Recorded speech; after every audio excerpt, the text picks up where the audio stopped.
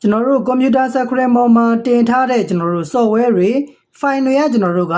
နေရာလေးတွေရွှေ့လို့မရနိုင်ဘူးဖြစ်နေတယ်ဆိုရင်တော့ကျွန်တော်အခုပြပေးတဲ့ setting လေးကိုဝင်ပြီးတော့ပြင်ပေးရမှာဖြစ်ပါတယ်အခုလက်ရှိကျွန်တော်တို့ဒီမှာဆိုရင် DF file လေးကိုဒီဘက်နေရာလေးမှာနည်းနည်းလေးတိုးပြီးတော့မှထားခြင်းနဲ့ဒါမှမဟုတ်ဒီအောက်မှာရှိတဲ့ file လေးကိုဒီနားလေးမှာထားခြင်းနဲ့အခုအချိန်လေးမှာဆိုရင်ကျွန်တော်တို့က software လေးတွေ file တွေကလုံးဝကျွန်တော်တို့ကနေရာတွေရွှေ့ပြီးတော့ထားလို့မရဘူးပေါ့နော်အထက်အောက်ကျွန်တော်တို့ကရွှေ့ခြင်းနဲ့ဆိုရင်တော့ရွှေ့လို့ရတယ်ဒီဘက်ဘေးလေးမှာကျွန်တော်တို့တီးတန့် folder လေးကိုခွဲပြီးတော့မှထားခြင်းနဲ့ဆိုရင်ထားလို့မရဘူးဖြစ်နေပါတယ်အခုလိုမျိုးပုံစံလေးကျွန်တော်တို့ဖြစ်နေတယ်ဆိုရင်တော့ screen ပေါ်မှာလွတ်တဲ့နေရာလေးမှာ right click လေးနှိပ်ပေးရပါမယ်ပြီးရင်တော့ကျွန်တော်တို့ view ဆိုတဲ့ထဲကိုဝင်ပေးရပါမယ်ဒီထဲကနေပြီးတော့မှကျွန်တော်တို့ဒီမှာ